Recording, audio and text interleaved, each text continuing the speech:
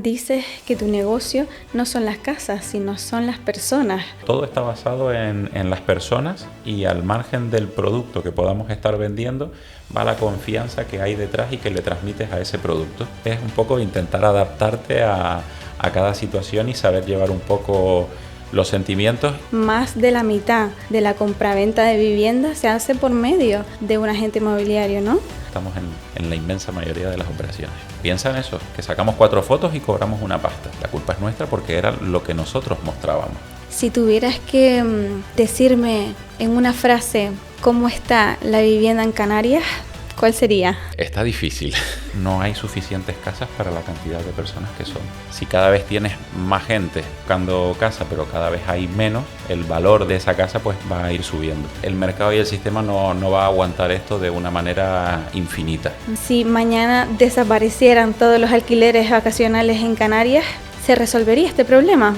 Creo que solucionan muchos problemas, no es simplemente enriquecerse y hacer turismo, que también es importante para la economía, porque creo que la ciudad en sí no tiene capacidad hotelera para absorber todo eso y que si no fueran por esas opciones, ni un extremo ni otro. Creo que estoy haciendo una labor profesional de la que quiero que el día de mañana mi hija se sienta orgullosa de mí. Si hay un tema que actualmente se cuela en casi todas las conversaciones y telediarios, ese es la vivienda. El alza de los precios, la dificultad para independizarse, las hipotecas, los alquileres o la falta de oferta se han convertido en una preocupación diaria para miles de personas. Sin embargo, casi siempre hablamos de este problema desde la política, la economía o los datos. Hoy queremos hacerlo desde otro lugar, desde una profesión que vive esta realidad en primera línea. Hoy hablamos con Pablo, agente inmobiliario y papá de Emma, vicepresidente de AG Canarias, tesorero del Colegio Oficial de Agentes Comerciales y una de las voces más activas del sector en las islas.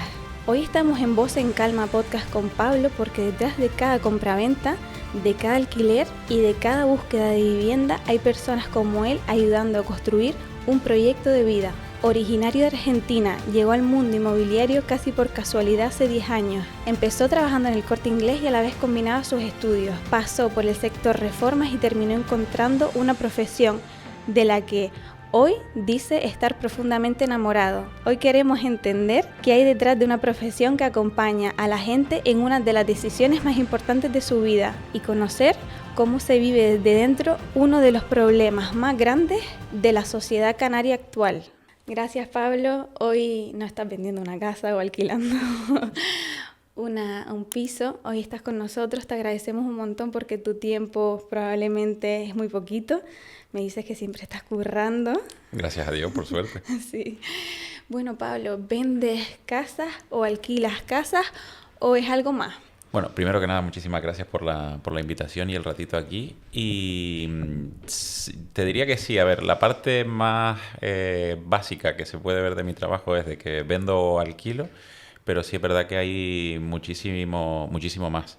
Eso fue una de las cosas que yo tenía esa idea cuando no me dedicaba a esto, o sea, cuando me surgió esa idea y que cambió por completo a medida que fue pasando el tiempo, que la fui conociendo y que, como decías en la intro, que me hizo estar enamorado de lo que hago. Okay. Pero sí, lo básico, lo que se ve de fuera es que vendo o alquilo, pero sí es verdad que todos hacemos muchísimo más. El problema está en que muchísimo de todo eso no se ve. Claro, y por eso estás aquí hoy, porque queremos conocer más allá, incluso queremos tener la confianza del trabajo que ustedes hacen. ¿Cómo entras, para ir empezando, ¿no?, a conocerte, cómo entras en el sector inmobiliario? Vale, yo trabajaba en una empresa de reformas, llevaba prácticamente toda la empresa yo, y llegó un momento en el que me aburrí de trabajar para otro y decidí dar el salto a ser yo mi propio jefe. Esa frase bonita que te dicen hasta que te metes en esto y te das cuenta que es muy bonito igualmente, pero bueno, que tiene sus cositas. Total. Y mi proyecto, mi idea inicial era, como yo estaba en el mundo de las reformas, era seguir con eso, porque era lo que me gustaba, lo que conocía. Y dentro de toda esa idea que tenía, pues fui a tocar la puerta de una persona conocida a nivel personal que tenía una inmobiliaria, a decirle, oye, mira, voy a montar mi propia empresa con cosas de reformas, como tú vendes casas, pues a ver si me pasas algún cliente de alguna casa que vendas que tiene que reformar. Y me dice, mira, que justo vamos a hacer un curso de iniciación de nuevos agentes si quieres probar. Y a mí es verdad que no me gustaba, o sea, era un sector que no me llamaba para nada la atención. Incluso yo con la empresa habíamos hecho parte de la obra de su oficina, me invitó a la inauguración y no me gustó. O sea, no me gustó el ambiente, pero también, como digo yo, porque en ese momento yo creo que estaba en una burbuja de un mundo un poco más rústico, donde era todo el día en una obra, sucio, con instaladores. Era otro mundo muy diferente a este. Y lo vi y dije, ahora qué va, esto a mí no me llama nada la atención, a mí esto no me gusta, no sé qué, pero dije, bueno, mira, si es sin compromiso, el saber no ocupa lugar, vamos y lo hago. Y hice el curso ese 15 días y ahí fue donde me empezó a hacer el cambio de chip de decir, cónchale, esto es diferente de lo que yo me imaginaba. Y el primer año, sí es verdad que decidí probar con lo del mundo inmobiliario, pero sin abandonar el proyecto inicial que yo tenía, porque no quería abandonarlo sin haberlo intentado, ¿vale? Entonces, el primer año sí estuve compaginando el sector inmobiliario con mi proyecto, que no lo llegué a desarrollar al 100% porque no me daba el tiempo, pero sí haciendo cositas con eso, hasta que ya pasado un año sí puse en la balanza los pros y contras y decidí abandonar esa parte y dedicarme 100% a esto. Sí es verdad que me vino muy bien esa parte de compaginar porque me ayudó el primer año a hacer rodaje y demás y que me daba algo de vidilla, de dinero para poder sobrevivir, pero creo que después dejar eso y dedicarme 100% a esto me vino muy bien y me ayudó a poder terminar de desarrollarme, así que eso fue como un inicio, algo que no me gustaba y que ahora estoy encantadísimo. Ok. Sí, tuviste que renunciar a algo para elegir otra cosa, ¿no? Y meterte a saco que al final, cuando un proyecto estás a tope en cuerpo y alma, quizás puedes llegar hasta donde estás llegando ahora. Dices, Pablo, ¿ibas a decir algo? No. Ah, Dime. vale, ok. Dices que esto te ha enamorado profundamente. ¿Qué es eso que tanto te enamora? Eh, Muchísimas cosas, en verdad. Yo creo que no es una sola. En general, bueno, lo primero de todo, te diría que la cantidad de personas que me da para conocer. Que no tengo ningún techo profesional. Vale. Lo de ser tu propio jefe, por así decirlo, que tiene sus cosas bonitas y sus cosas tal vez no tan bonitas, pero esa libertad dentro de lo que se puede tener con lo que quiero hacer y no quiero hacer. Cómo compaginarlo también con la vida familiar, aunque sí es verdad que en muchas ocasiones le restas tiempo a esa parte de familia, pero por otro lado también me permite poder amoldarme a muchas cosas de ese día a día. Todo, no sé, yo creo que también influye mucho en cómo cada uno quiera ir desarrollando su carrera a nivel individual, pero a mí de momento la verdad que gracias a Dios solo me han aportado cosas positivas. Como todo, tiene sus cosas buenas y sus cosas malas, Total. pero poniendo en la balanza son muchísimo más las buenas que las malas. Y además, en tus habilidades veo que eres una persona que se adapta un montón de bien, además camaleónica, ¿no? A cada persona que viene, pues más o menos la sabes llevar, Se te intenta, veo, ¿no? se intenta. Con simpatía, con amabilidad y entiendo que has encontrado muy bien tu lugar aquí. Sí, a día de hoy considero que sí. No, nunca se sabe las vueltas de la vida de qué podrá pasar en el futuro. Una cosa que sí tengo clara es que dudo que trabaje o sea, que vuelva a trabajar como empleado, ¿vale? O sea, no me veo, por mucho que diga que emprender, que ser autónomo, que ser empresario y demás es complicado, pero no me veo trabajando en una empresa para otro. Y, y sí, es decir, es un proceso muy bonito, muy todo, ¿no? Y el tener que adaptarte también yo creo que va un poco mucho en cómo sea cada uno, pero al final tratas con tantas personas, te tienes que adaptar a tantas situaciones, a todo, que entre comillas no te queda otra. Totalmente, porque además dices que tu negocio no son las casas, sino son las personas. Sí, suena un poco a eslogan bonito de querer vender, pero la realidad es que, por lo menos como yo lo entiendo, es así, y fue una de las primeras cosas que aprendí cuando empecé a dedicarme a esto. En esa primera agencia con Vanessa, teníamos un coach, nos pusieron un coach para que nos ayudara a cada uno. Pero te digo, es decir, la imagen que hay es como que todos trabajamos para una agencia, pero en realidad es que cada agente es su propia empresa, es su Vale. propio negocio. Entonces, claro, era un poco como que cada uno para que intentar desarrollarse más, porque al final el negocio, por decirlo de alguna manera, está en nosotros más a nivel individual que en el global de la agencia. Y ese coach me dio a entender que ya no solo para mi profesión, sino para todas, o la inmensa mayoría en función de qué es lo cual sea tu producto o tu servicio. Pero todo está basado en las personas y al margen del producto que podamos estar vendiendo, va la confianza que hay detrás y que le transmites a ese producto. Por ejemplo, yo que vendo una casa, pero yo qué sé, tal vez poniendo un ejemplo muy básico de si tú te tienes que comprar un microondas, ¿vale? Si el mismo microondas vale lo mismo en 3 tiendas diferentes, tú en general vas a optar a la tienda que te va a dar más confianza y más seguridad en caso de que tengas un problema o que el vendedor que te ha atendido en ese momento te haya dado mejor energía y mejor todo. Entonces tú al final estás comprando el microondas, pero en igualdad de condiciones o incluso aun si las diferencias no son grandes, vas a tirar por ese punto de que te da esa mayor confianza, esa propuesta de valor añadida que no tiene el producto en sí.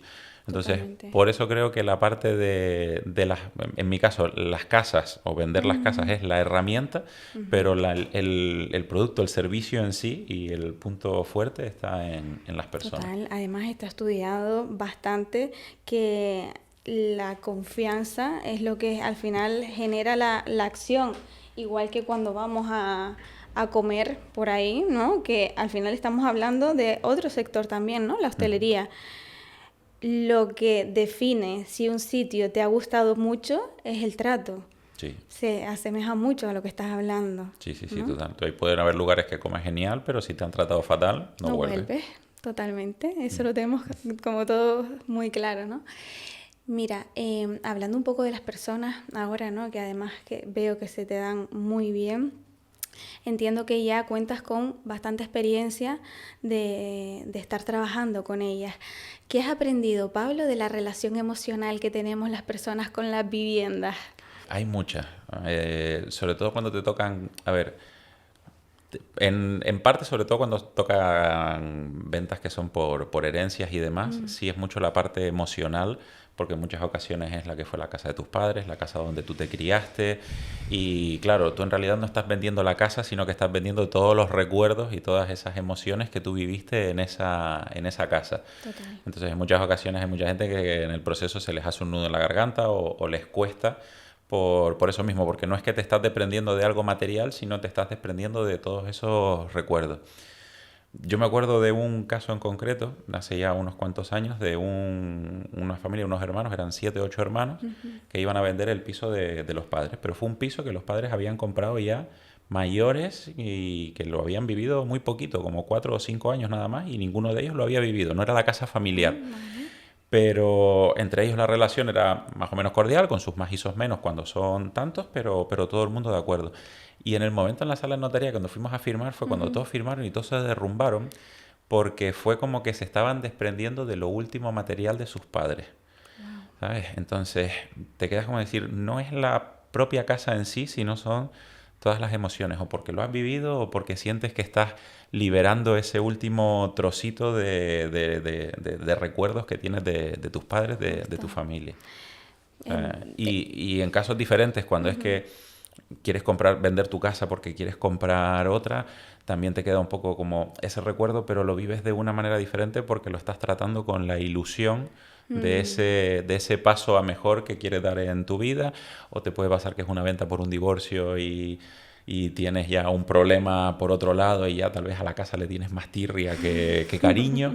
O sea, pasa un poco de todo. Y al final es un poco intentar adaptarte a cada situación y saber llevar un poco los sentimientos y llegar a entender muchas decisiones que pueden llegar a tomar en el proceso, que cómo influye esa parte de esos sentimientos, recuerdos, tirria, ilusión, emoción en las decisiones que toman y cómo se dan muchas de esas cosas. Claro, es que te estoy escuchando y entiendo que cada vez que entras en una casa, a lo mejor no lo piensas, ¿no? Pero hay una parte que puedes pensar, ¿cuánto hay de emocional ahora en esta vivienda? ¿Cuánto vamos a tener que gestionar emocionalmente o sobre todo el vendedor, ¿no? Porque entiendo que, desde lo que estás diciendo, que el vendedor puede conectar con muchas cosas emocionales, no tanto el comprador. Sí, el comprador lo vive de una manera diferente porque a priori lo vive desde la ilusión de su casa Claro. nueva. Entonces lo vive desde un punto de que arranca algo nuevo y siempre con esa ilusión, también con los miedos que te pueden ocasionar los cambios y demás, pero sí lo vive en líneas generales desde un punto más de ilusión, de más nervios, de miedo también, porque claro, en muchas ocasiones si es la primera casa que compran no tienen idea de un montón de cosas, al final también están invirtiendo un dinero muy importante con el miedo de que no pase nada, de que no lo pierdan, de no encontrarse con cualquier cosa rara después de comprar, pero es un sentimiento en general bastante diferente del que puede vivir un vendedor, sobre todo en función de cuál sea la motivación de esa venta. Si viene por una herencia, un divorcio, un pasito a algo mejor, o sea, varía muchísimo. Vale. Y hablando de estas situaciones, ¿cuál es la historia más difícil que te ha tocado acompañar? Historias como tal son muchas. Mira, sí, ahora me acuerdo, mira, me vino una y fue una cuando llevaba poquito tiempo en el sector y las casualidades, una chica que, lo que te decía, este paso de ilusión de que vendía su casa para comprar otra, ¿vale? Y claro, el proceso fue bueno inicialmente porque teníamos ya el comprador para su casa y encontramos la siguiente casa que ella quería comprar.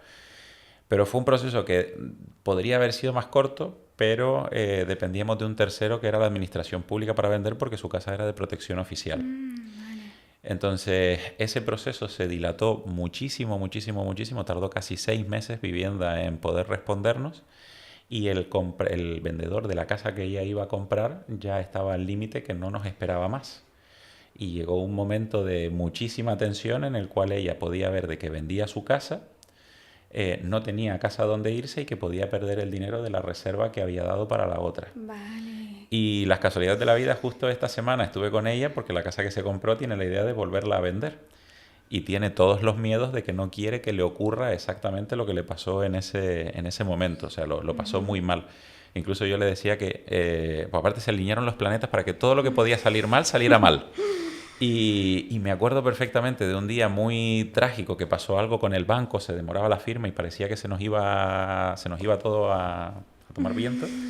Y me acuerdo perfectamente de llegar a la casa y decirle, no te preocupes que yo voy a tu casa, llegar a encontrármela en el balcón llorando a moco tendido y estar 10 minutos abrazado a ella, nada más para calmarla. Wow. Y fue jodido. Fue Total. jodido para todos porque también yo me veía un poco así como responsable de todo eso, que gracias a Dios salió todo bien. A día de hoy lo contamos como una anécdota, pero ella ahora que se está planteando hacer ese proceso otra vez, o sea, era nada más de hablarlo y se le hacía un nudo en la barriga de que no podía. Y yo creo que sí fue una de las más difíciles porque también llevaba poco en el sector, había muchas cosas que todavía me faltaba experiencia, que no conocía, que tal vez podríamos haber atajado de una manera diferente. Pero sí creo que fue por como todo lo que vivió bastante complicada. Wow, pero entiendo que te puedes hacer autocrítica, ¿no? Y eso probablemente te puede hacer más profesional, pero Sí, encontrar a una persona, jope, que al final te sostenga emocionalmente y cuando realmente pues tu trabajo se entiende que no es tanto ese, qué suerte para ella también. De hecho, ha vuelto a llamarte a ti concretamente, Sí, incluso ¿no? me dijo como que después de la mala experiencia, que es decir, se supo entender que, digamos, no era algo que influía más por terceros y, claro, hizo como un efecto dominó que iba haciendo que todas las cosas, te digo, todo lo que se podía salir mal, iba saliendo mal. Pero sí, gracias a Dios salió todo bien y bien, y bueno, sí me da esa oportunidad de haber aprendido, porque te digo, yo creo que en todo este tiempo, todo lo que sé es por experiencia, no es por formación, por historias, primero porque son infinita la cantidad de situaciones y de cosas que te puedes encontrar y que después, como por desgracia mi sector no está regularizado en ningún aspecto y no hay ningún tipo de formación o algo que tú digas, bueno, voy a aprender esto y sé cómo actuar. Y también porque en estos casos influye mucho la parte emocional y entonces es imposible poder saber cómo gestionar. Bueno, tendríamos que tener yo creo que una asignatura de psicología. Si algún día se hace una carrera de agente inmobiliario o algo, una asignatura de psicología Total, tendríamos que tener 100%. sí o sí. Es que estamos en todos lados Sí. o nos necesitan, ¿no? En todos Sí. lados, humildemente hablando. No, sí, sí, y sobre todo creo que más ahora también cuando deja de ser algo tan tabú, que antiguamente era como el psicólogo, no, estás jodido, o estás loco, o una cosa así, Sí, ya y no. ya se quitó ese tabú y creo que es algo muy, muy guay que nos viene muy bien a todos. Pues Pablo, cerrando un poquito este bloque, la última pregunta sería, entonces, ¿qué es lo que más has aprendido de las personas en este sector? Que cada uno tiene su historia, sus motivaciones, sus miedos, sus todos tenemos una historia y una mochila detrás. Algunos vienen más pesada, otras un poquito más liviana. Y es saber ayudar y sobre todo en mi trabajo intentar que si la mochila pesa, pues pese un poquito menos. Qué bonito, Pablo, qué bonito. Y yo creo que gran parte de tu entendimiento a las personas es tu éxito, ¿no? Bueno, gracias. Bueno, ahora dabas comienzo a la desregulación en el sector inmobiliario, pero si, Jolín, nos vamos adentrando en este problema, ¿qué ideas equivocadas tenemos las personas de los agentes inmobiliarios? Cuando yo empecé a dedicarme a esto, un chico que estaba empezando con su agencia, que a día de hoy es el dueño de la agencia donde estoy ahora, que a las vueltas te da la vida, trajo a un coach del sector inmobiliario. Yo llevaba poquito, yo creo que un año o una cosa así en el sector. Y claro, nos hizo una pregunta que era el concepto que tenía yo de mi trabajo antes de empezar a dedicarme a esto, que era de sacas 4 fotos, abres 2 puertas y te llevas una pasta. Entonces decía, claro, todos los que estábamos ahí, que éramos agentes inmobiliarios, decía, bueno, ¿cuál creen que es la imagen que tiene la gente de nuestro trabajo? Que decíamos nosotros mala. Dice, ¿pero por qué? Porque piensa en eso, que sacamos 4 fotos y cobramos una pasta. Ya, pero ¿de quién es culpa eso? Y la culpa es nuestra porque era lo que nosotros mostrábamos, ¿vale? Entonces, claro, si tú de cualquier trabajo muestras una proporción muy pequeñita, que en este caso era esto, que era solo la parte del éxito, pero no todo lo demás que estás haciendo, pues la gente se quedaba con ese concepto. Y en general sí que tenía una imagen no tan buena de lo que era este trabajo. Y al final, pues, creo que todo es responsabilidad de nosotros de ir haciendo que esa imagen cambie, que vaya un poquito a mejor.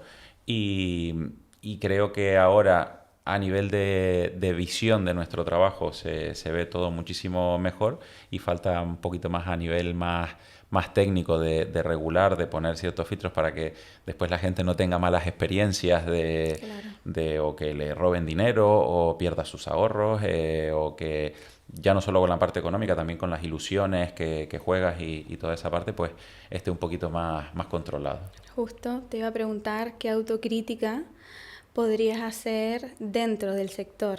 Dentro del sector, a ver, sí es verdad que es algo que yo critico a día de hoy y que si no fuese así yo tal vez no me estaría dedicando a esto, que es eso, que no hay como ningún filtro de entrada, no hay ningún tipo de colegiación, por tal vez decirlo, como hay en otras profesiones, para que quien contrate a un agente inmobiliario tenga un mínimo de tranquilidad de que cumple con un mínimo de requisitos.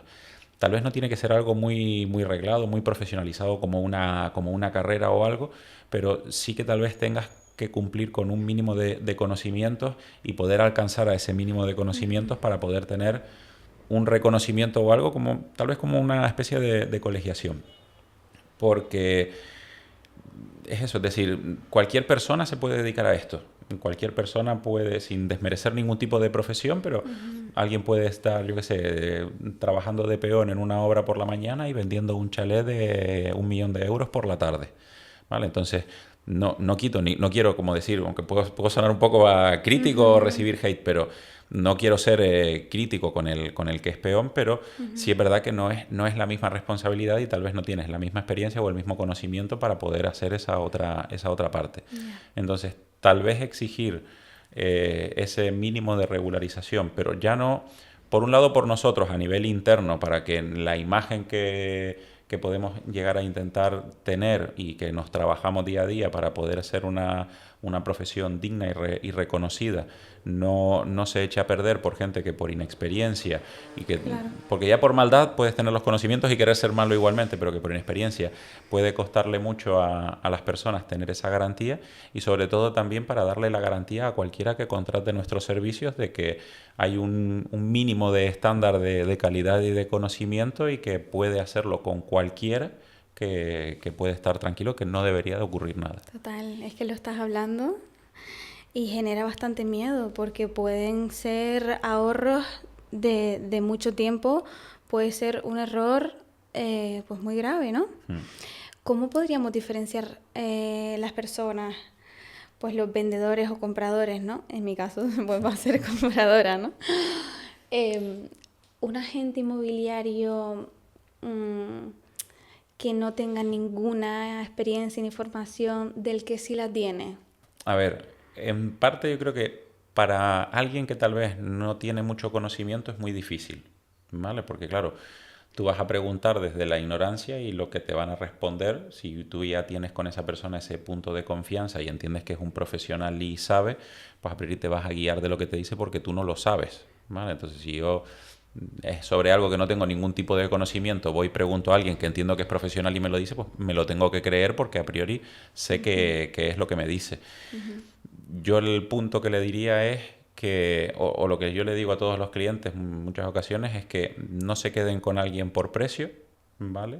Que les digo a todos, partimos de la base de que todos somos buenos profesionales, como en todos lados hay excepciones, pero todos Claro. partimos de que somos buenos profesionales, que lo que le tienen que aportar es ese valor añadido con la confianza, el sentirse cómodos y seguros con el proceso que van a iniciar, y que ya una parte más técnica o más legal, que tengan la tranquilidad de que ese agente tiene un respaldo detrás, ¿vale? Es decir, nosotros en el sector, digamos, todos los agentes inmobiliarios, aquí en Canarias, por ejemplo, el 99,9% somos autónomos, ¿vale? Y la agencia en sí, en realidad, somos como socios de la agencia, ¿vale? A mi entender, en el negocio es el verdadero cliente de la agencia inmobiliaria, de la marca, soy yo, no es el que vende o el que compra, ¿vale? Entonces, el cliente, cuando me contrata a mí, al margen de todos esos puntos técnicos, tener garantía de que por cualquier inconveniente que pueda hacer, por ese miedo tal vez que puedes tener muy buen feeling, pero no sabes si tiene mucha experiencia o no, que vaya sobre seguro por el respaldo que puede haber detrás de ese agente con la marca, la oficina, o incluso con cosas tan sencillas de que a día de hoy todavía, aun en un mundo tan digital, se sigue usando, pero que tengas la tranquilidad de que si tú estás dando dinero en un lugar, tengas un lugar físico donde tú golpear la puerta y decir, oye, ¿qué pasó con mi dinero? ¿Vale? Pues sí es verdad que vivimos en un mundo muy digital donde no es necesario eso a día de hoy, pero sí que creo que todavía en la sociedad, en muchos aspectos, sí siguen necesitando ese punto de tranquilidad de lo que hay detrás. Pero totalmente. Porque además, según el Colegio de Registradores, más de la mitad de la compraventa de viviendas se hace por medio de un agente inmobiliario, ¿no? No sé si más de la mitad o muchísimo más. Entre un 60 y un 70, creo. Sí, es verdad que se incluyen todas las propiedades que hay. Sí, es verdad que nosotros, en líneas generales, donde está más nuestro negocio, por así decirlo, es en viviendas, ¿vale? A nivel residencial. Pero si hay cualquier terrenos, otro tipo de cosas que tal vez es más sencillo que se dé entre las personas directamente, o actúan otro tipo de intermediarios que no es nuestra profesión, ¿vale? Puede ser tal vez un despacho de abogados, una asesoría, donde tal vez no se ejecuta esa función tan determinada como es nuestro trabajo de asesor inmobiliario, de intermediador en esos procesos. Pero sí, en líneas generales estamos en la inmensa mayoría de las operaciones. Y que siga así, porque si no nos quedamos sin trabajo. No, pero agradecerte porque quizás has aclarado a personas cómo se tendrían que informar para iniciar este proceso tan grande, que bueno, que es un proyecto de vida. Y bueno, asegurarse, ¿no? Cerciorarse. Sí, yo le digo a todos, primero la confianza. Tienes que ser con alguien, si vas a comprar como vender, pero alguien que te transmita buenas sensaciones, que te dé ese valor añadido. Sobre todo cuando vas a vender, porque en líneas generales todas las agencias, todos los agentes trabajamos bajo las mismas condiciones económicas. Entonces, como el ejemplo que ponía al principio del microondas, ¿vale? Si yo el mismo microondas me vale lo mismo en 3 lugares diferentes, yo al final donde elijo es el que me va a dar ese valor añadido superior, el que me genera esa confianza, el que todo. Pues nosotros somos los microondas del sector inmobiliario, ¿vale? Entonces tenemos que intentar, a igualdad de condiciones económicas más o menos, o de servicios que podemos llegar a ofrecer, ese valor añadido. Y ese valor añadido también, llevándolo a la parte de las personas, no conecta con todo el mundo. Es decir, el valor añadido que puedo generar yo conectará con determinadas personas, pero con otras no. También es donde influye mucho esa parte de la relación personal. Claro. Entonces, lo primero de todo es esa parte personal, que tengas ese punto. Y a partir de ahí sí, tener en cuenta esa parte de experiencia en función de los conocimientos que tenga cada uno, pues lo que te fíes o no, y después el respaldo que tenga detrás ante, digamos, como esa red de que si todo esto de aquí, que estaba bien, llega a fallar, pues bueno, sé que tengo todavía esta red de emergencia. Eso, ¿no? Sobre todo esa red, que es la que a mí, por ejemplo, me inspiraría confianza, ¿no? Saber que hay alguien detrás y que es fiable. Vamos a hablar ahora de un tema importantísimo, ¿no? Sobre todo por eso estás aquí, Pablo, aparte de visibilizar todo lo que hacen, y es de la vivienda en Canarias. Si tuvieras que decirme en una frase cómo está la vivienda en Canarias, ¿cuál sería? Está difícil. Está difícil, pero yo creo que, te digo, en Canarias y en la inmensa mayor parte de España. También es verdad que creo que hay mucha parte de la vivienda que se ha politizado demasiado, que se está utilizando para muchas más cosas de las que se debería de utilizar, que no se están haciendo todas las cosas que verdaderamente se debería y que sirve más para pelea política que para otra cosa. Que no, sin quitar que verdaderamente hay un problema con la vivienda. Que la culpa tal vez de ese problema influye en tropecientos mil factores, ¿vale? Pero se ha demonizado en unos pocos. Vale, pero desde tu punto de vista, que estás en primera línea, ¿cuál crees que es el problema principal de la vivienda? Que no hay suficientes viviendas para la cantidad de personas que somos. Vale. Da igual si está concentrada en unos pocos o está más repartida. El principal problema es que en los últimos años no se ha construido en proporción a la cantidad de población que ha aumentado. Entonces, también creo que los últimos 5 o 6 años ya después del COVID ha hecho que cambie muchísimo más la mentalidad de las personas con respecto a la vivienda, que haya mucho cambio en ese sentido. ¿En qué sentido? Perdona. Por ejemplo, después del confinamiento y del COVID había muchísima gente que se replanteó su situación de cuáles verdaderamente eran sus necesidades. La parte de los nómadas digitales también, de cómo se ha digitalizado todo, un poco a la fuerza de verte en esa obligación de no poder desplazarte y que muchas profesiones, muchos trabajos puedas trabajar desde cualquier punto del mundo. Claro. O readaptar tu situación hace que la movilidad geográfica pues sea mayor y lógicamente si por determinadas características nosotros tenemos la suerte aquí de que somos un lugar que a nivel de clima y de vida se vive muy bien y que además tenemos muy buenos incentivos fiscales, pues también es una llamada a que toda esa gente que se ha replanteado esa situación en los últimos años pues vea esto como un buen destino para querer venir a vivir, sumado al problema de que nosotros tenemos un espacio muy limitado. A lo ancho no podemos crecer. Somos un territorio también que por lo bonito que tiene también hay muchas partes que están protegidas, con lo cual en terreno encima que es poco tenemos pocas posibilidades de poder construir. Entonces, pero yo te diría, el principal problema, el principal clave, aunque suena ya atópico, que es lo que dice todo el mundo, pero es que si lo dice todo el mundo es que por algo será, es que no hay suficientes casas para la cantidad de personas que somos. Vale, ok. Y desde lo que has dicho ahora, ¿crees que es el mayor cambio que se ha dado en 2018?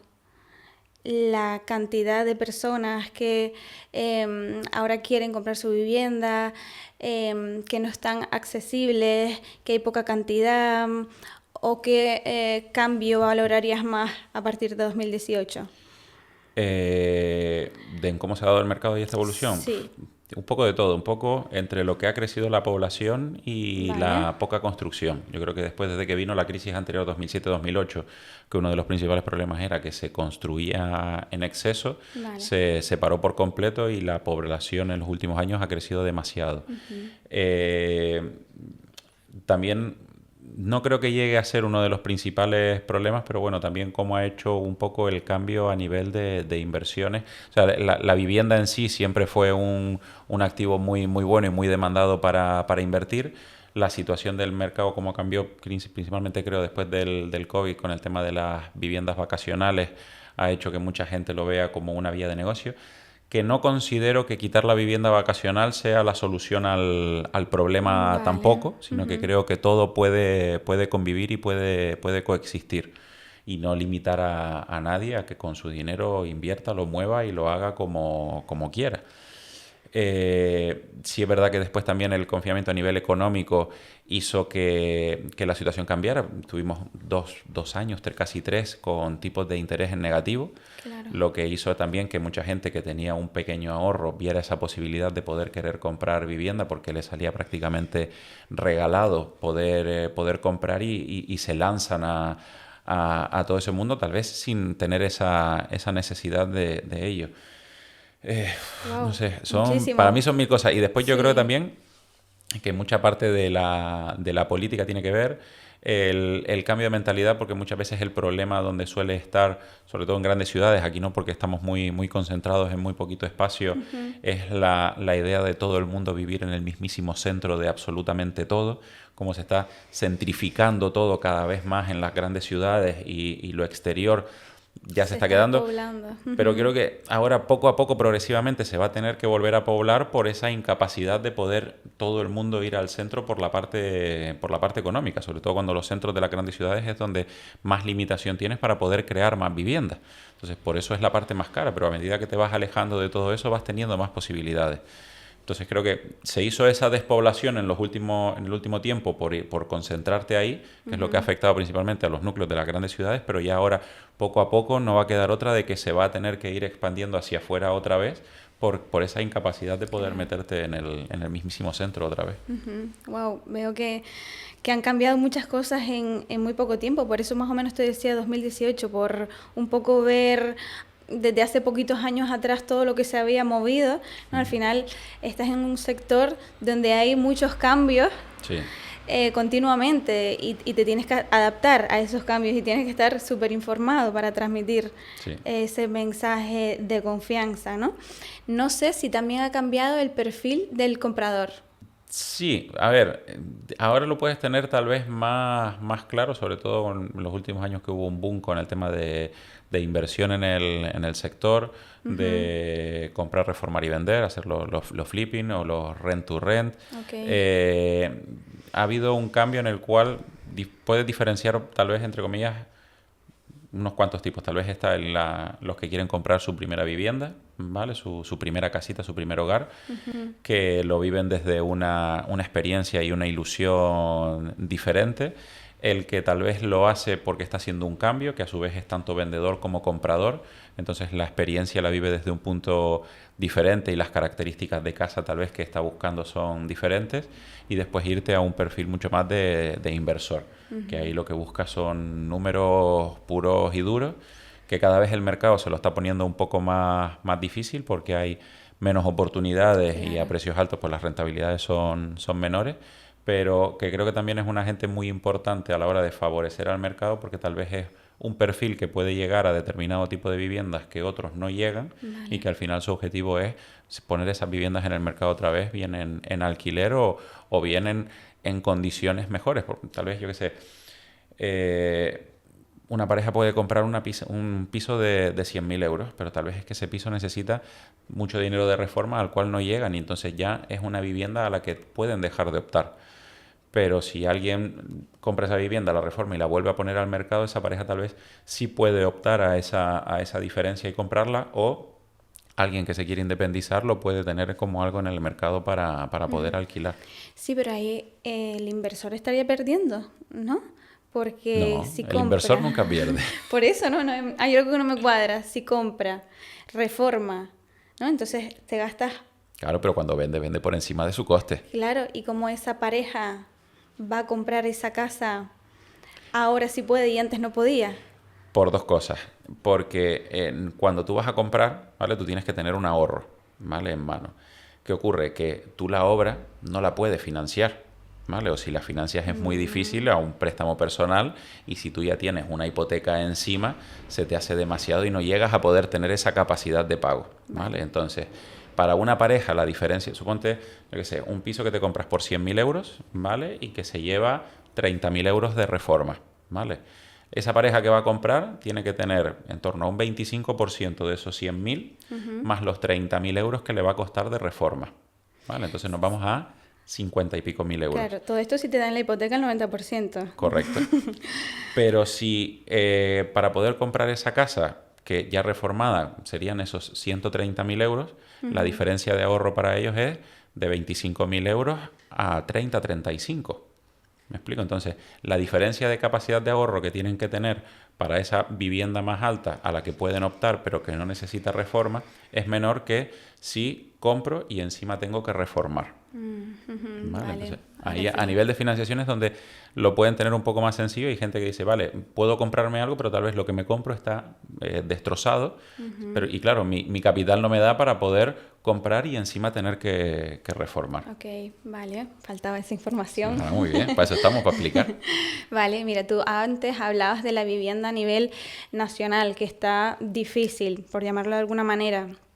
Es verdad que mi intención es hablarte de Canarias, ¿no? Porque Sí, sí. es un poco donde estamos, y es que Canarias lleva años registrando máximos históricos en el precio de la vivienda, como ya sabes, Pablo, según los datos del INE y de los portales inmobiliarios nacionales, el precio medio de la venta se ha duplicado y hasta triplicado en algunas zonas del archipiélago en la última década.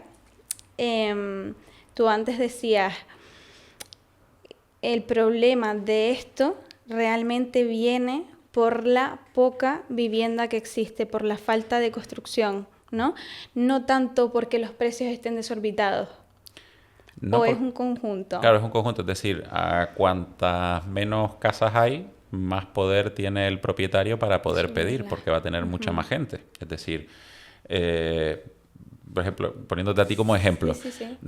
tus precios de consulta no son los mismos si en Las Palmas hay 10 psicólogos a que si hay 1.000. Que lógicamente el que va a ir a la consulta tiene mucha más opción, y tu competitividad va por precio, al margen del valor añadido que pueda generar. Claro. Entonces, con el tema de las casas ocurre igual. Si cada vez tienes más gente que está buscando casa, pero cada vez hay menos, pues el valor de esa casa pues va a ir subiendo. ¿Qué pasa? Que a medida que ha ido pasando el tiempo, pues el problema se ha ido agravando un poco más. Como te decía también al inicio, veníamos de una racha en la que a nivel económico, con tipos de interés, el comprador tenía las cosas relativamente fáciles para poder adquirir esa vivienda, pero claro, cada vez que se iba comprando no se iba equiparando lo que se vendía con lo que se construía y demás. Entonces cada vez ha ido decreciendo eso y haciendo que aumente. Sí es verdad que yo creo que ahora, aunque todavía se siguen registrando subidas, sí es verdad que son números que se hacen a nivel global, y sí es verdad que ya hay muchas zonas en las cuales empiezas a darte cuenta donde ya la cosa va un poquito más lenta, donde ahora también creo que toca un proceso en el que tenemos que ir educando al propietario de, vale, venimos con una racha en la cual tú tenías por completo la sartén en el mango y que prácticamente pidieras lo que pidieras, te lo iban a dar. Pero ya eso no es así. Ya puedes pedir mucho por tu casa, probablemente, pero no tal vez todo lo mucho que tú crees que puedes, y al final vas a morir de éxito porque piensas que estoy en un mercado. No, es que los titulares me dicen que suben todos los precios, entonces mi casa esto. No tanto. Y también una cosa que tiene el vendedor es que en su precio, como decíamos al principio, incluye no solo la parte técnica de lo que puede ser el valor, sino que en muchas ocasiones, según cuál sea la motivación, estás metiendo mucho valorizando mucho tus sentimientos, tus recuerdos. Y también toca hacerle entender que eso el comprador no lo valora y no lo paga. Pero sí, es complicado y toca ir educando muchas partes. ¿Crees que estamos ante la peor crisis de acceso a la vivienda? No, no ¿No? creo. ¿Hay algo peor? No lo sabemos. A ver, sí es verdad que todo depende de que desde dónde pongas el punto inicial para ponerte a contar. Vale, sí es verdad que tal vez en el último antecedente que tuvimos con la crisis anterior fue un Sí. poco al contrario de esta crisis, es decir, se estaba fabricando en exceso y se daba sobrefinanciación a la gente y al final Ok. terminamos con una crisis anterior que el problema era todo lo contrario, es decir, que había millones de viviendas vacías que no se podían vender. Sí es verdad que la situación ahora es diferente, pero tal vez en muchísimos años anteriores para una familia tener una casa era algo mucho más complicado. Entonces, al final también yo creo que todo esto es la economía a nivel general, la vivienda forma parte de ello, es todo muy cíclico. Es decir, Vale. de la misma manera que ahora nos está pasando esto, de aquí a un plazo que no sabemos, tal vez puede que ocurra todo lo contrario. Es decir, el mercado y el sistema no va a aguantar esto de una manera infinita. Algo ocurrirá, no sabemos el qué, que hará que esto cambie. Probablemente no sean cambios, y esperemos por el bien de todos que no sean cambios hiper mega drásticos, que pasemos de la noche a la mañana a una crisis total como fue 2007-2008, que sea algo más gradual, pero tarde o temprano pasará. Probablemente algo peor nos venga y también algo mejor de lo que pudimos haber tenido o que tenemos, así que nunca se Vale. sabe. No lo veamos desde el punto tan Justo. negativo. Sí es verdad que está difícil, que es complicado, pero creo que son cuestiones que tienen solución, Vale. que no son complicadas. La cuestión está en que tal vez quienes la tienen que tomar, pues la tomen de verdad las decisiones para que mejore. Que no es cosa de uno solo, sino que tal vez el saber trabajar un poco en equipo quienes lo tienen que hacer y poner la solución que toca. Claro, y escuchándote veo que no te posicionas a futuro. Es como que dices, algo peor puede venir, algo mejor puede venir, pero no sé cómo ves el sector de la vivienda de aquí a 10 años. No, mira, eso lo aprendí yo con el COVID. Cuando estábamos todos confinados, decíamos, no, el precio de la vivienda va a bajar un montón, no se va a vender nada, esto va a ser un desastre. Y salimos de casa y ocurrió todo lo contrario. Llevamos 6 años que no para de crecer el mercado por completo. Entonces, al final eso a mí me dio a entender que puedes hacerte una pequeña idea de qué pasará, qué no pasará, pero de la misma manera que nos hacíamos una idea y hace 6 años nos vino el COVID, estuvimos confinados y se paró el mundo por completo.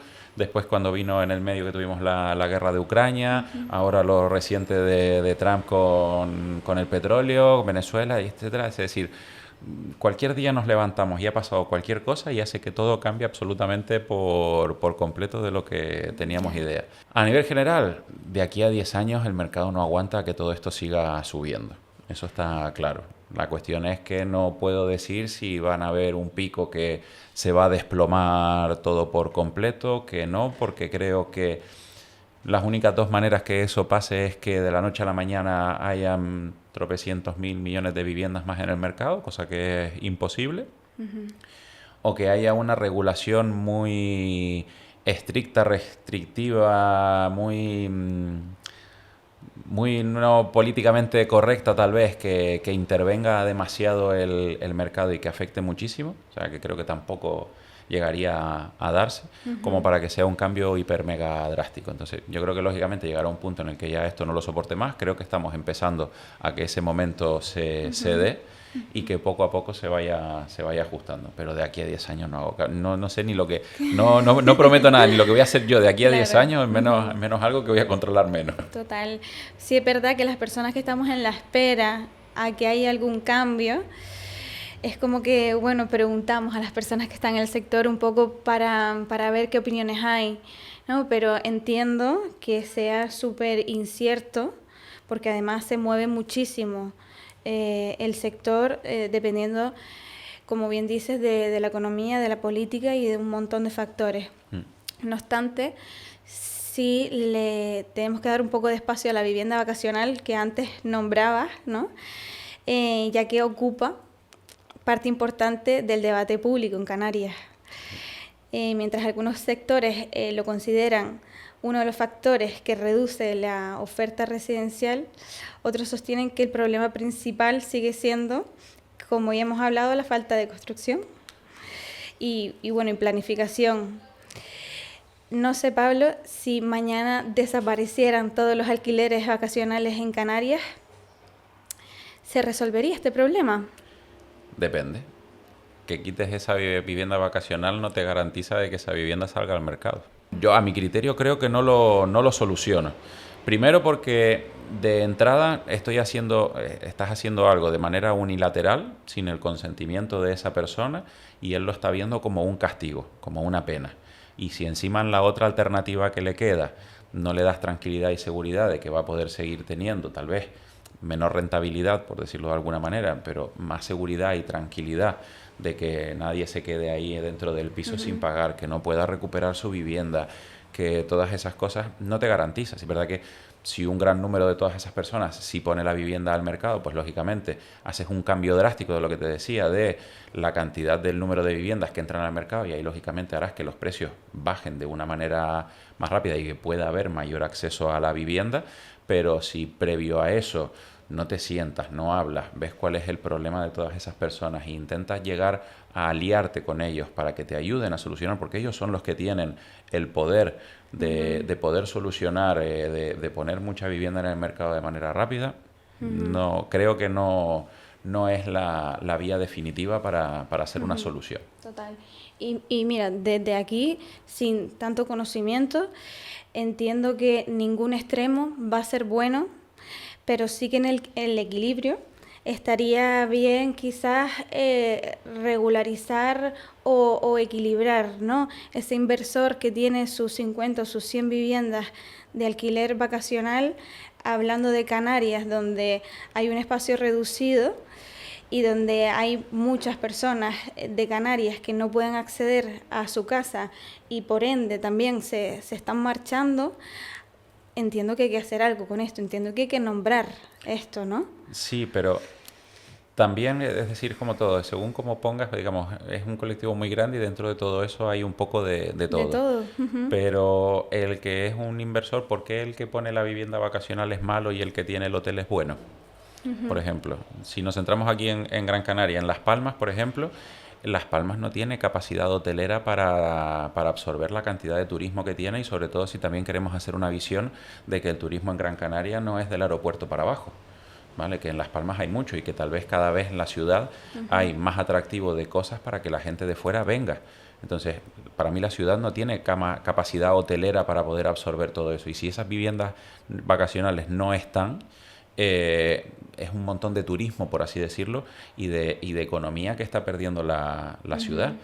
Y también nosotros tenemos otro hándicap para la gente de aquí, es que el estar separados también hace que muchas veces la gente se tenga que trasladar. Hay muchas personas incluso de islas menores, por ejemplo en nuestro caso, nuestra provincia, mucha gente que de Fuerteventura y de Lanzarote tienen que venir aquí por temas médicos y tratarse, y tal vez la posibilidad de tener una vivienda vacacional un mes le da mayores comodidades, menor gasto, que estar pagándose un hotel que tiene menos comodidades y le supone un coste mucho más alto. Que también esa persona es la que hace uso de ese tipo de viviendas. O el que viene a trabajar pues, entre islas. Hay mucha gente que tal vez es de Tenerife, pero por trabajo de lunes a viernes está aquí, y le es mucho más rentable y cómoda esa opción que estar tirando de hoteles. Es decir, creo que solucionan muchos problemas. No es simplemente enriquecerse y hacer turismo, que también es importante para la economía, porque creo que la ciudad en sí no tiene capacidad hotelera para absorber todo eso, y que si no fueran por esas opciones también estaríamos perdiendo. Por eso es una cuestión de, como tú decías, ni un extremo ni otro. Pero vamos a no demonizar a ninguna de las partes, vamos a sentarnos y vamos a intentar ponerle la solución al problema. Totalmente. Al final hay un montón de factores que hay que tener en cuenta y hay que mirar de cerquita todas las circunstancias que realmente no se podrán responder a todas, pero sí hay que darle respuesta a quien lleva teniendo el problema muchos años, que en mayor parte somos los canarios. Sí, yo creo que la culpa nunca es de nadie en concreto. Creo que Totalmente. es un poquito de todo. Exacto. De la sociedad en general, de la mentalidad que pueda llegar a tener, que no hay que olvidarse de que las cosas se consiguen con mucho trabajo, con mucho esfuerzo. Exacto. Después es la pena que es verdad que hay muchísima gente que con mucho trabajo, esfuerzo y currándoselo no llega, accede. pero también hacer el cambio de mentalidad de que, claro, lo que tal vez consiguieron nuestros padres a día de hoy es imposible de conseguir, es adaptarte a esos nuevos tiempos, y que tal vez todos queremos nuestra primera casa que sea la casa soñada, pero si no se puede, pues en el camino podemos ir pasando por muchas casitas puentes que nos ayuden a llegar a esa gran casa. ¿Vale? Es como que si te sacas el carnet y quieres que tu primer coche sea un Ferrari. No, tal vez nada más el Ferrari no puedo. Pero si empiezo por un SEAT, después del SEAT lo tengo unos añitos, ahorro, me ayuda y demás, y tal vez con lo que saco de ese SEAT me puedo comprar un BMW. Y si después el BMW me paso a un Porsche y después a tal, poquito a poco, pues lo mismo con las casas, que te ayude y que no quieras pasar también de 0 a 100. Claro. Pablo, si te nombraran responsable de vivienda en Canarias... No, por favor. Bueno, pero tienes mucho conocimiento, ¿no? Estás ahí en primera línea que hablábamos antes. ¿Qué 3 medidas pondrías?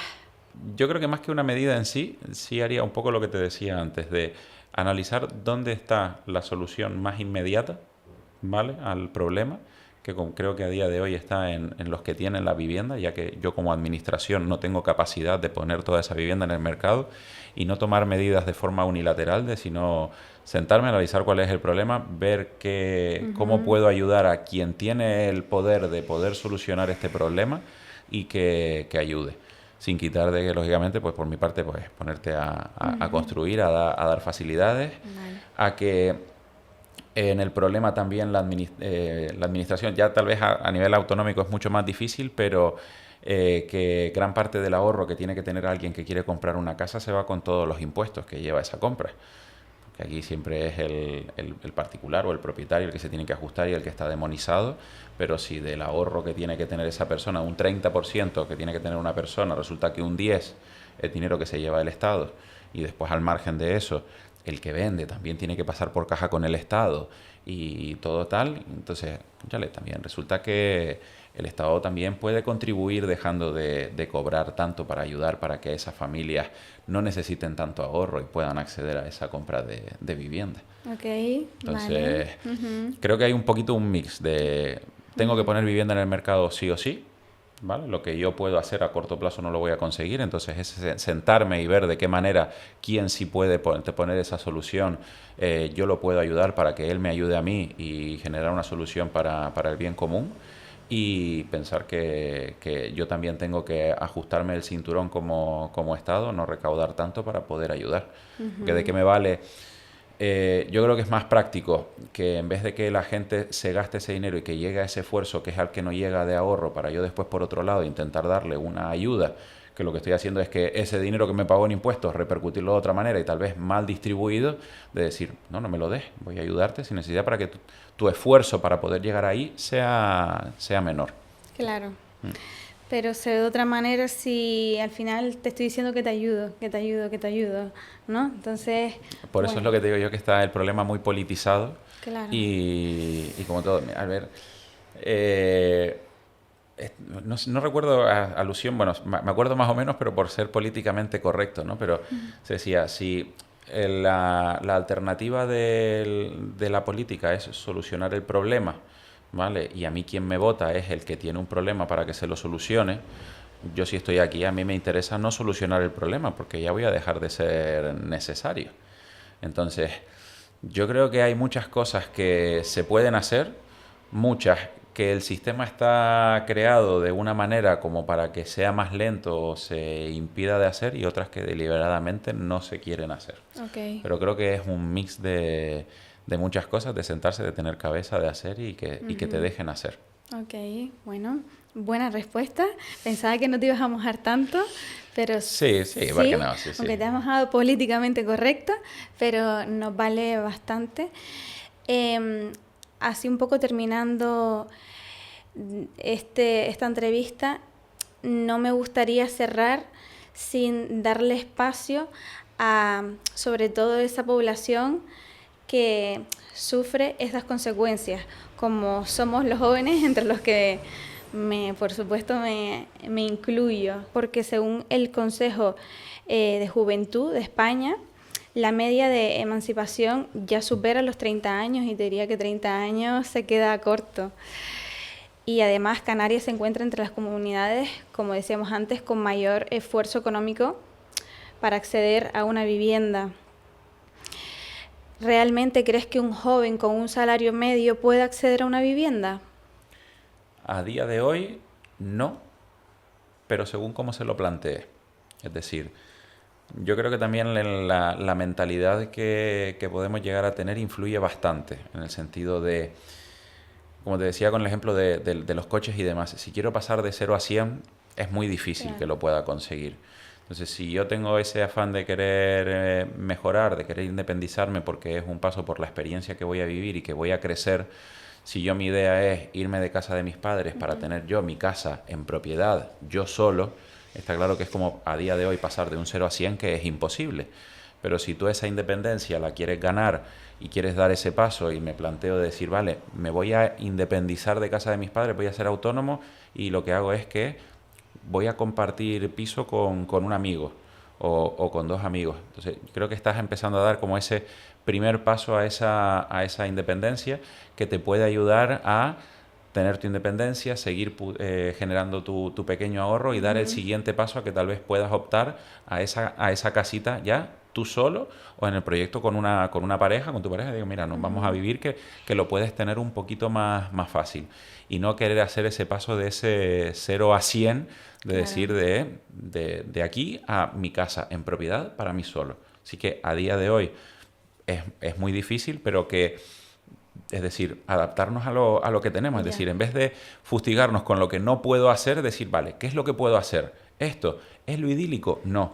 Pero cuando alguien se plantea un objetivo o demás, o dices, ¿cuál es? Esta persona tiene éxito. Pues para llegar a ese éxito, ¿vale? Que en este caso puede ser tener tu casa en propiedad para ti solo, esa persona las pasó fatal un montón de cosas, se equivocó, tuvo aciertos, o sea, tuvo un camino muy duro, muy fácil, muy todo en el camino para llegar hasta ahí. Pues con lo de la casa pasa igual, es decir, si yo quiero salir de aquí para tener el éxito, es difícil, es decir, tengo que ir poquito a poco pasando por eso. Totalmente. Entonces, creo que esa idea o ese concepto de, vale, si...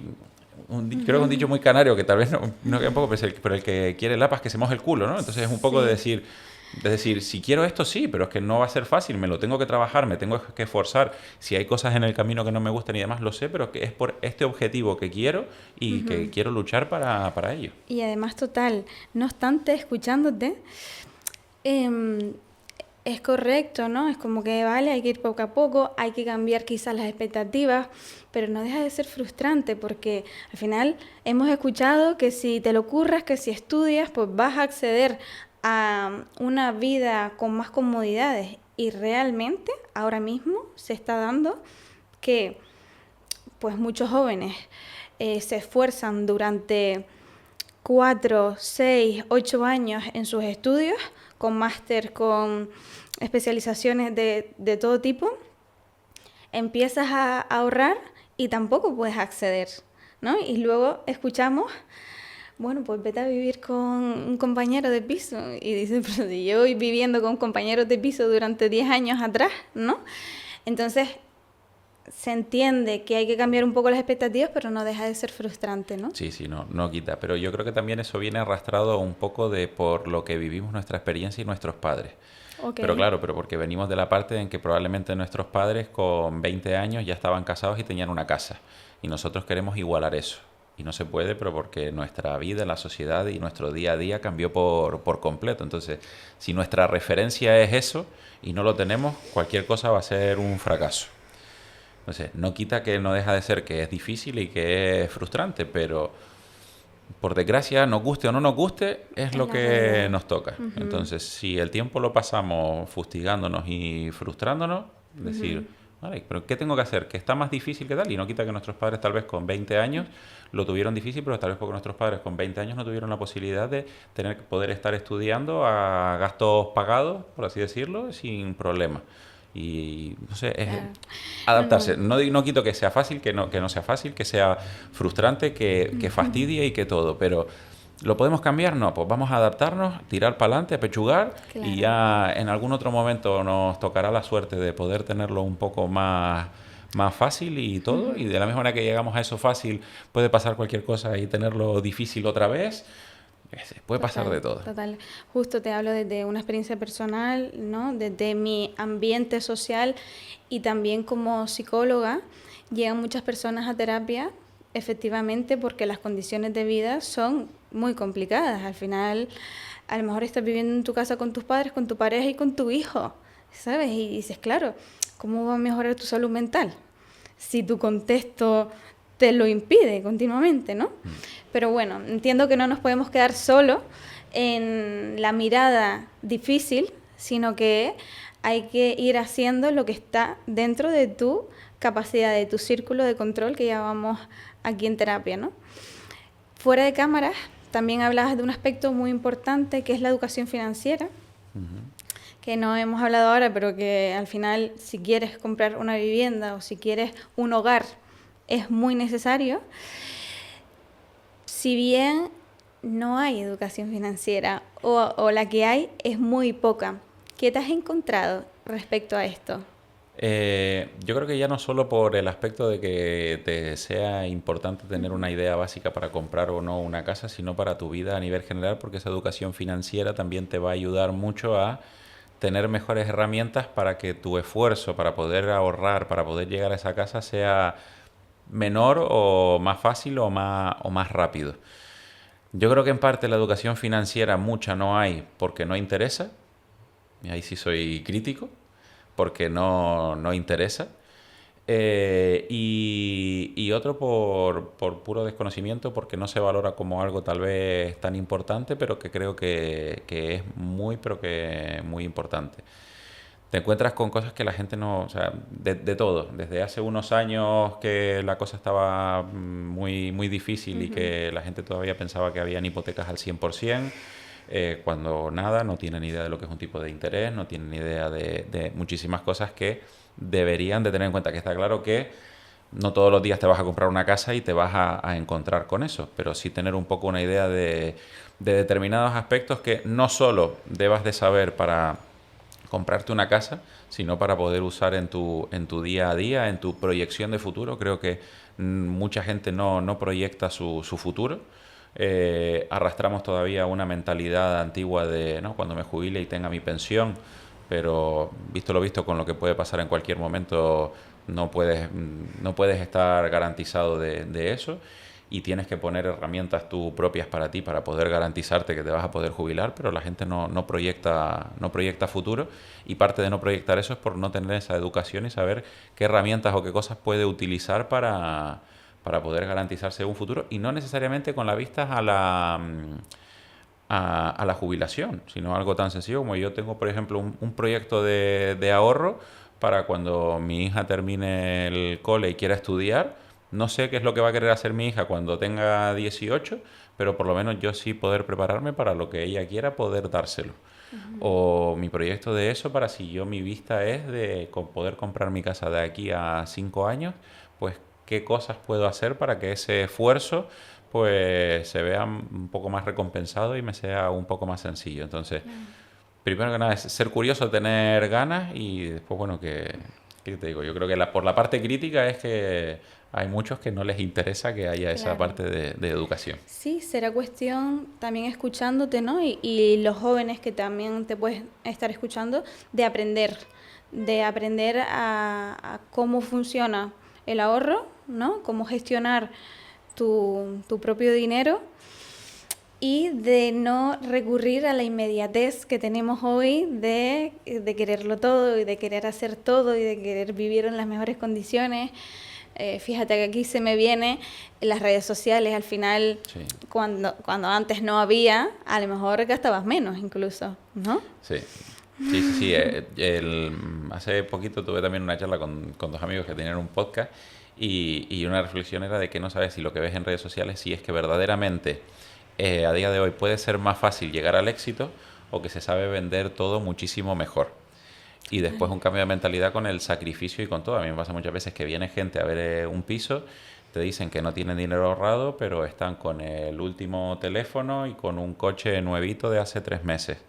Y tú dices, vale, sí, pero si tu verdadero proyecto está en la casa, tienes que plantear la prioridad. A todos nos gustaría poder tener el pack completo de último móvil, último coche y comprarme la casa, los muebles y irme de vacaciones. Pero si no se puede, tengo que aprender a priorizar. Y sé que según quien me escuche voy a recibir palos por todos lados, pero es decir, que a día de hoy está difícil, sí. Que dentro de 5 tal vez está más fácil, también. Pero si a día de hoy es lo que nos toca... Sí. Y también es sentido común. Lo que estás diciendo no es una crítica, es lo que te estás encontrando a día de hoy, y para tener un proyecto muy grande hay que prepararse, y hay que prepararse con tiempo, y hay que renunciar a cosas, ¿no? Entonces, Pablo, escuchándote, bueno, yo al menos, y seguro que todas las personas que te han escuchado, pues hemos aprendido muchas cosas. Sobre todo ha sido muy interesante ver desde tu punto de vista cómo está la vivienda en Canarias, qué se puede hacer, pero sobre todo qué podemos hacer cada persona de manera individual para acceder o para gestionar nuestra frustración. Y por otro lado, ha estado muy guay porque hemos conocido más de cerca la figura del agente inmobiliario, ¿no? Que si se hace con responsabilidad puede ser una persona, de hecho, muy importante en nuestra vida, porque al final, en un momento dado, no siempre, ¿no? No podemos romantizar tanto, pero en un momento dado ocupa un lugar importante, porque es un proyecto para toda la vida. Sí. De esta conversación, Pablo, si pudieras sacar solo una idea, ¿cuál sería? Bueno, te saco 2. Si me permite. Con respecto a lo que es mi profesión en sí y el trabajo, estoy enamorado de mi trabajo. Creo que hacemos buen trabajo y ayudamos ya no solo por la influencia que tiene a nivel económico, sino en todo eso, ese acompañamiento a nivel personal, esa confianza y lo importante que es esta figura en uno de los pasos económicos y emocionales más importantes que das a lo largo de tu vida a nivel general, como es comprar tu casa, tu hogar. A día de hoy, incluso doy gracias a que muchas personas que fueron clientes que no nos conocíamos de nada terminan siendo amigos y tienes una relación más allá de eso por esa parte emocional. Y también aprovecho esta parte de idea por darte las gracias de poder compartir esto porque, como te decía, creo que en mi profesión de muchísimos años tenía muy mala imagen. Y con eso que aprendí yo intento también, cuando lo que soy activo en redes sociales y lo que me encanta mi trabajo, de intentar dignificarla lo más posible en el tiempo. Y con lo que respecta a la vivienda en general, creo que es un momento difícil, no una crisis existencial, porque creo que hay soluciones. La cuestión está en que quienes tienen que tomarla sepan trabajar en equipo y no tirarse palos los unos a los otros, y dejen de mirarse el ombligo y su interés personal y miren verdaderamente el común, que el común no está solo para los titulares, sino para darle la solución verdadera a las personas. Qué bueno, Jolín, muy agradecido por tu presencia aquí. Y siempre, Pablo, terminamos con una frase donde vemos más a la persona que al rol profesional, ¿no? Y es, hoy me siento orgulloso de mí, ¿por qué? Porque creo que estoy haciendo una labor profesional de la que quiero que el día de mañana mi hija se sienta orgullosa de mí. ¡Wow! ¡Qué bonito! Muchas gracias porque has cerrado muy bonito, muy emocional, como somos nosotros en Voz en Calma Podcast. Y espero contactar contigo para que puedas comprar. Sí. Gracias, Pablo. Nada, tío, un placer. Ahí.